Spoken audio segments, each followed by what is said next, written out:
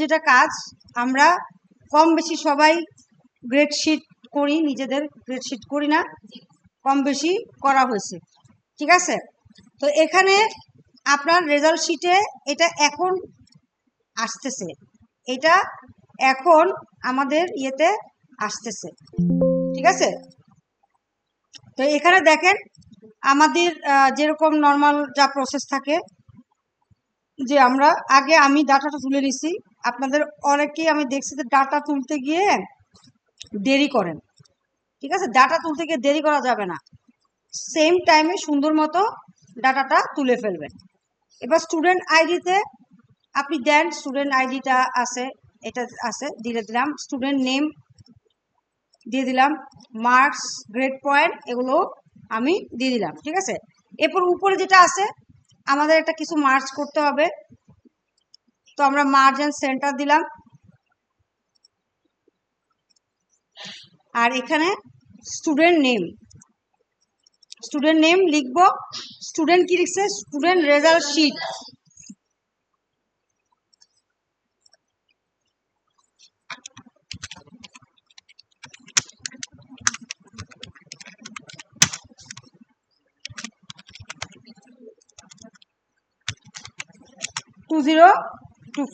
নাকি না, পরে পরে মনে। এরপর অল্টার এন্টার, এটা অনেকে ভুলে গেছেন কিনা আমি জানি না, অল্টার এন্টার দিয়ে রেজাল্টস যা লেখা আছে, রেজাল্টস ফর দা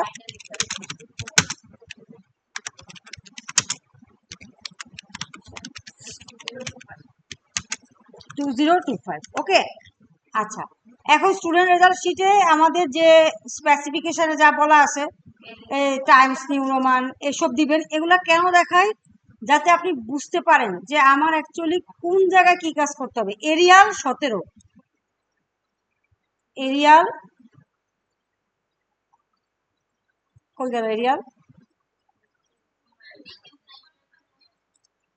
আপনাদেরও কি এরকম আসে?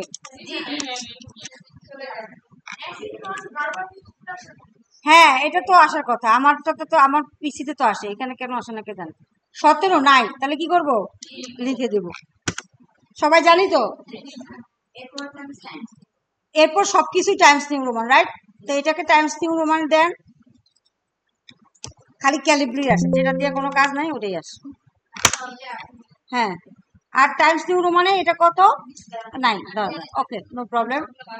আর এগুলো সব 12 টাইমস নিউ রোমান, দেখছেন হারাই গেছে, 12 বড় বড় না, যা আছে তাই, একটু বড় করেন ছোট করেন, অ্যাজ ইউর উইশ, ওকে। তারপর একটু সেভ দিবেন, যেহেতু আমাদের এখানে কোনো ইয়ে নাই।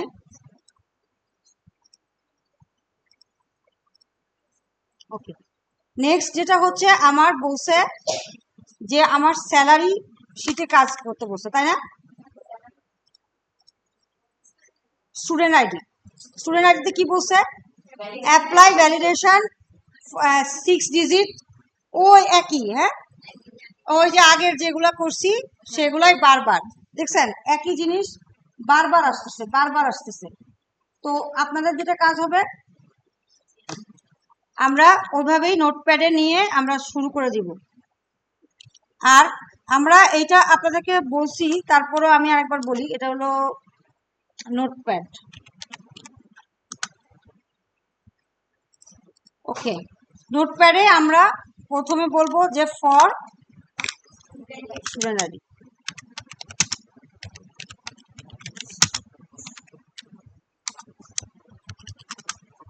আমরা ফর্মুলা লিখবো। ফর্মুলা লেখার আগে আমরা যেটা করব, ডাটা ভ্যালিডেশনে যাব, তাই না। ডাটা টেবিল, যেটা ডাটা টেবিলের পর ডাটা ভ্যালিডেশন, এইসব অনেক কিছু। আচ্ছা, হ্যাঁ, যাচ্ছি। আচ্ছা, এখানে লিখি ডাটা ট্যাবে গিয়ে ডাটা টুলসে গিয়ে ডাটা ভ্যালিডেশন, ডাটা ভ্যালিডেশনের পরে data validation pop up box, তাই না।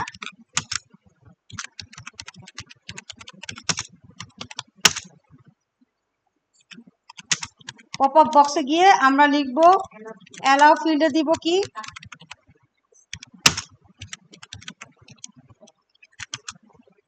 আচ্ছা এই যে আমি এটা লিখি এটাকে আপনাদের লিখতে হবে ঠিক আছে আবার বললেন না যে আমি ম্যাম তো আমাদেরকে এভাবে শিখাইছি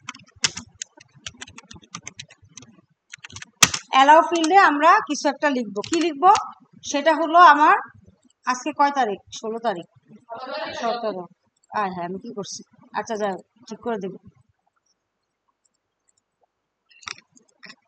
আমি একদিন পিছিয়ে আছি ঠিক আছে ওকে তো অ্যালাউ ফিল্ডে আমরা কি লিখবো আমরা এই এই ডাটা ভ্যালিডেশনে যাওয়ার আগে আমরা বলছি যে এই সেলে আপনি একবার একটু লিখে নেন আমার ভ্যালিডেশন কোথায় দিতে হবে স্টুডেন্ট আইডিতে আর আমি এখানে ওই যে ট্রু ফলস এনে নিব আমি ট্রু ফলস এনে নিব তাহলে ইজ ইকুয়াল টু অ্যান্ড ওই মুখস্থ সব মুখস্থ লেন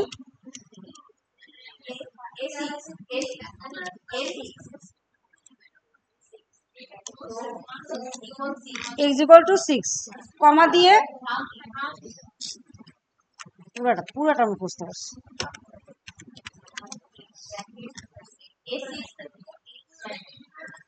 বাপরে এই যারা পারেন না তারা একটু কর না মাঝে মাঝে একটু শুনতে ভালো লাগে যে আমি পারি না ম্যাডাম আমি আজকে একটু বলার চেষ্টা কি অবস্থা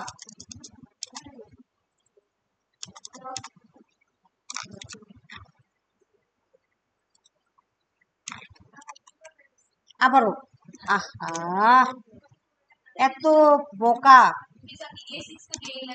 হ্যাঁ দিলাম তো কমা A6 রেঞ্জ আগে না রেঞ্জ আগে আচ্ছা আচ্ছা ক্রাইটেরিয়া A6 তারপরে ব্র্যাকেট ক্লোজ লেস দেন 2 কমা দিয়ে this number is number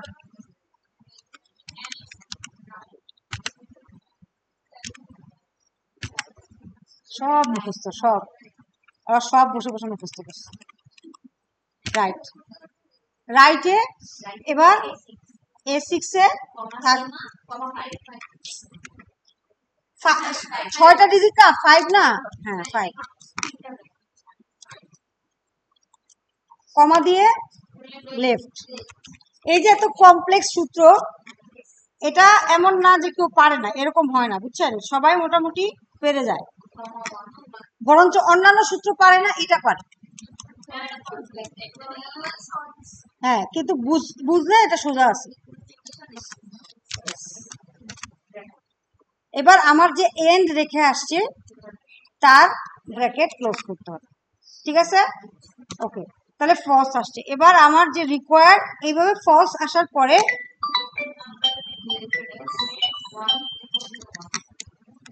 S10 তারপর কত আছে 1 এরকম 0001 ঠিক আছে ট্রু আসছে তার মানে আমার কার্যকলাপ হয়েছে এবার আমি কি করব এইটাকে কপি করব কপি করে এদের সবাইকে সিলেক্ট করব ডাটাতে যাব ডাটা ভ্যালিডেশন অপশনে যাব কাস্টম ফর্মুলাতে পেস্ট ওকে দিব হ্যাঁ তারপরে আস্তে আস্তে সবগুলো ভ্যালু পুট করে দেখব যে আমার কাজ ঠিকমতো হয়েছে কিনা ওকে তাহলে এটা আমাদের খুবই ইজি না হলেও কাজ করতে করতে ইজি হয়ে যাবে S10000001 রাইট নাকি 1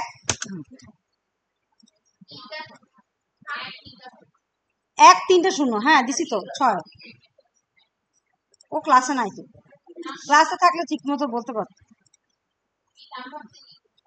আচ্ছা এবার গ্রেড পয়েন্ট আমরা জানি যে এত পাইলে এত এত পাইলে এত এত পাইলে এত তাহলে এটা আমরা কি দিয়ে করব ইফ ফাংশন যখন মাল্টিপল কন্ডিশন থাকবে এন তো আছে কিন্তু এখানে এন মানে মাল্টিপল লজিক কন্ডিশন। হ্যাঁ, আর এখানে হচ্ছে ইফ, এ কারণে যে 100 নিচে হলে বা 80 নিচে হলে সে কত পাবে, সরি 80 বা তার 100-র মধ্যে হলে কত পাবে।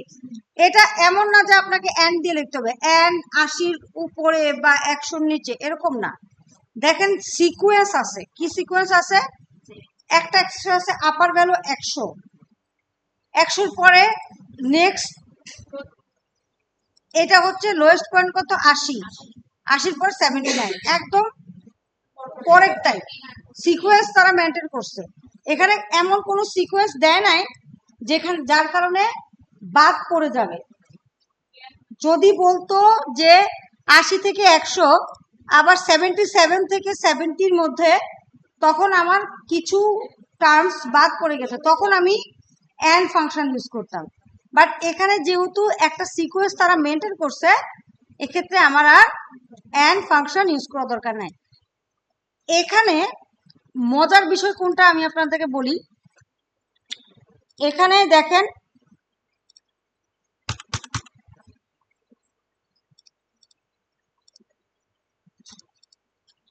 এটা কি 6 পর্যন্ত আছে না 5 পর্যন্ত, আচ্ছা আচ্ছা আচ্ছা। দেখেন এখানে বলতেছে আমি এই ম্যাথমেটিক্সের জন্য যে ফর্মুলা লিখবো, আইসিটির জন্য কিন্তু একই ফর্মুলা, শুধু সেল অ্যাড্রেসটা চেঞ্জ হবে। হ্যাঁ, কি ফর্মুলা লিখবো, যে ইফ এরকম লিখতে পারেন, এই সেলগুলোতে খেয়াল করেন, এই সেলে যদি কোনো অ্যাবসেন্ট কথাটা পাও, এবিএস, অ্যাবসেন্ট পুরাটা লিখলে কিন্তু হবে না। আপনার এখানে কি দেওয়া আছে, এবিএস, আপনি যদি এবিএস পাও তাহলে কষ্ট করে কি প্রিন্ট করো, অ্যাবসেন্ট। আদারওয়াইজ এবার আপনি ইফ লেখেন, যে ইফ আমার এই সেলে যদি কত পাই, 80-র উপরে পাই, হ্যাঁ লিখতে পারেন 80-র সমান বা তার উপরে যদি পাও তাহলে কি দিবেন 5.0। আচ্ছা বলেন তো এটা কি এরকম হবে, কোটেশন হবে না। কেন কোটেশন হবে না, কারণ এটা একটা নিউমেরিক সংখ্যা, অনেকে দেয় সেজন্য বললাম। 5 কিন্তু একটা নিউমেরিক সংখ্যা। হ্যাঁ, আচ্ছা যদি 80-র উপরে বা 80-র সমান হয় তাহলে 5, তারপরে নেক্সট লোয়েস্ট পয়েন্ট কত, ইফ C6 যদি 70-এর উপরে বা তার সমান হয় তাহলে কি দিব 4.0। যদি তা না হয়, ইফ C6 যদি কত 60 মেবি 60-এর উপরে বা তার সমান হয় তাহলে দিব কত 3, রাইট। তারপরে ইফ আর কি আছে, C6 যদি 49 50-র উপরে বা তার সমান হয় তাহলে দিবেন হচ্ছে 2.0। আর 40-র নিচে হয়, তাই না। আচ্ছা দাঁড়ান, ইফ দাঁড়ান আমি একটু দেখে নিই, 49-এর সরি 50 পর্যন্ত গেছি না, 50 বা তার উপরে, তারপরে যদি বলবো যে 40, দাঁড়ান 0-র উপরে তো হইতে পারে না,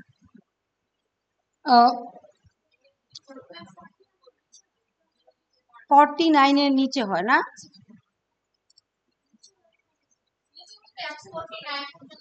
না না না না এখানে দুইটা আছে। ইফ দাঁড়ান আমাকে একটু লিখতে দেন, দাঁড়ান C6 যদি 40-র নিচে হয়, 40-র নিচে, দাঁড়ান 40-র নিচে যদি হয়, 40 বা তার নিচে, তাই না, 49 বা তার নিচে যদি হয় তাহলে দিবেন হচ্ছে 0। হ্যাঁ, আর আদারওয়াইজ ফেলের কথা তো বলে নাই না। আচ্ছা তাহলে এই পর্যন্ত। তাহলে তো আমার 2 এর না, তাহলে আমার এটা শুধু 0 দিলেই তো হয়, ঠিক আছে, 0 দে, শুধু 0, ঠিক আছে। তাহলে কি ঘটলো এই পর্যন্ত, কি বুঝতে পারছি? 60-র উপরে গেল, 50-র উপরে গেছে। 50-র উপরে মানে কত বলেন তো, মাকসুদা বলেন, 50-র উপরে কত? 50 বা তার উপরে কত পর্যন্ত ধরবে, ওরা বলতে দেন। 50 বা তার উপরে কত পর্যন্ত হতে পারে, কত পর্যন্ত হলে 2 দিবে? 50-র উপরে, 50-র উপরে কত পর্যন্ত? 60, কত, 59। 60-র উপরে গেলে তো 3 দিবে। বুঝেন না তো বলবেন না যে ম্যাডাম আমি তো বুঝতেছি না। অন্তরা বুঝছেন? কখনো কখনো নিজের গ্রেড শিট করেন নাই? পড়াশোনা শেষ করছেন? কি আর বলবো, হলো? তাহলে বুঝতে পারছি, কি বুঝছি, আর কয়েকজন তো বোঝে না, না বুঝলে তো বলতে হবে ম্যাডাম আমি এখানে বুঝি না, প্লিজ আমাকে আরেকবার বুঝান। দেখেন, অ্যাবসেন্ট হলে অ্যাবসেন্ট, ঠিক আছে, এরপরে 80-র উপরে, 80-র উপরে, 80-র উপরে কত আছে? 100 পর্যন্ত আছে, তাইলে 5 পাবে। তারপরে বলছে 70 থেকে 80-র উপরে, আমাকে কি বলছে পরের রেঞ্জটা, কি বলছে 70 থেকে 79। তাহলে তো এটা দেখলেই বোঝা যায় যে 70-র উপরে কত পর্যন্ত 4 দিবে, 79 পর্যন্ত 4 দিবে। হ্যাঁ হ্যাঁ, তারপর আমি যদি বলি যে 50-র উপরে কত পর্যন্ত দিবে, 59, ইয়েস। আর বাকি তাহলে 50-র নিচে, নিচে কে আছে? 49। তাহলে 49 থেকে 0 সবই 0, তো বলেই দিছে, কনসেপ্ট তো বুঝতে হবে। আচ্ছা, এখন আমি এটা ধরে টান দিলাম, এই যে চেঞ্জ হলো, এই যে চেঞ্জ হলো, এটা কেন চেঞ্জ হলো? সেল রেফারেন্স গুলো এখন কি আছে? আনলক। কি বলে এটাকে? আনলক কি বলে? Relative, relative, relative, relation. আচ্ছা আচ্ছা,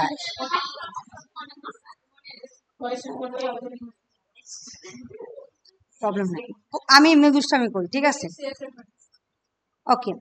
তাহলে রিলেটিভ, হ্যাঁ, আর অ্যাবসোলুট কি, যদি আমি লক করে দিতাম। আচ্ছা, তাহলে এই জিনিসটা যেটা এটার ক্ষেত্রে যেহেতু সত্য, এটার ক্ষেত্রে তো একই না, রেঞ্জ গুলো তো একই, সেল অ্যাড্রেসটা ভিন্ন, রাইট? তাহলে আমরা এখানে লিখব যে ফর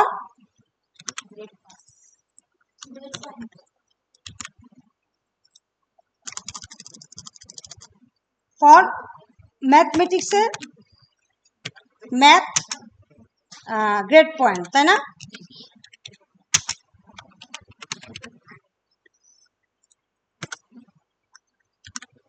আপনি যদি না বুঝেন, আপনি আমাকে বলতে হবে যে ম্যাম আমি এই জায়গাটা বুঝতেছি না, প্লিজ আরেকবার একটু বুঝান, যে আমি ব্ল্যাঙ্ক হয়ে আছি। বুঝার, আমি যখন বুঝাই তখন বোঝানোর চেষ্টা করতে হবে। আপনি কি দেখেন, আমাকে দেখেন নাকি কি দেখেন, কি ভাবেন? হ্যাঁ, আমি খালি মাকসুদার কথা চিন্তা করি, ও কি ভাবে আমি যখন বুঝাই,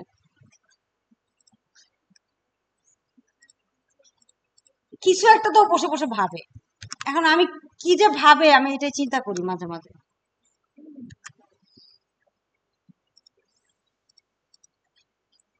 জাপানিজ আগে ভাবতো, জাপানিজ বলতে বলতে জাপানিজ এখন একটু কম ভাবা শুরু করছে। হ্যাঁ, জাপানিজ আগে এরকম মানে বোকার মতো চেয়ে আছে, কি বুঝাচ্ছে বুঝতে চাচ্ছে না, আর ওটা তো চোখ মুখ সব ঢেকে রাখে, তো ওটাটা না বুঝা গেলেও আমি বুঝি যে ও বুঝতেছে না, বা ওর মনোযোগটা এখানে নাই, ঠিক আছে।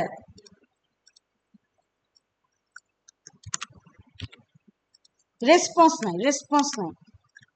মিষ্টিও চুপ করে থাকে, কিন্তু মিষ্টি বুঝে যে আমি এখন এটা বুঝাচ্ছি, ঠিক আছে, খালি এন্টারটেনমেন্টে একটা ফাঁকা জায়গা দিয়ে দেয়। আচ্ছা, E6, তাহলে E6 বানিয়ে দেই। কেন E6 দিলাম মাকসুদা? হ্যাঁ, আইসিটির জন্য E6 দিছি, ঠিক আছে?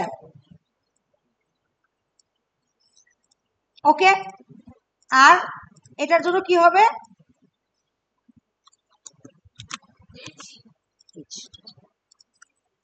G6।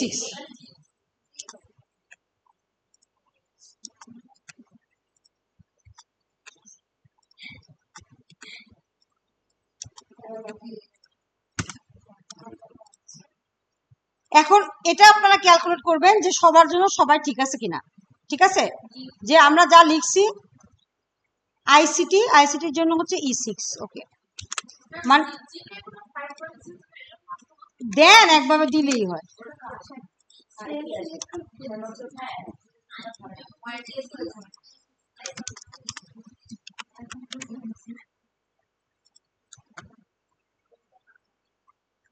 আইসিটি আর হচ্ছে বাংলা।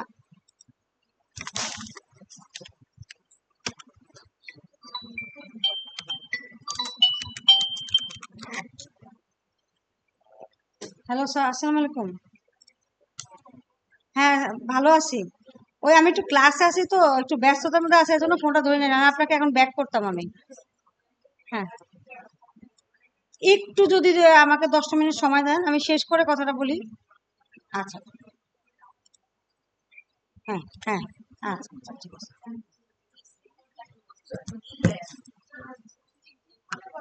আচ্ছা, তাহলে CEG ওকে গেল। এরপর দেখেন, হ্যাঁ হ্যাঁ হচ্ছে। হুম, কি আর করা বলেন। আচ্ছা, এইটুকু পর্যন্ত যেটা করলাম, এখন অনেক সময়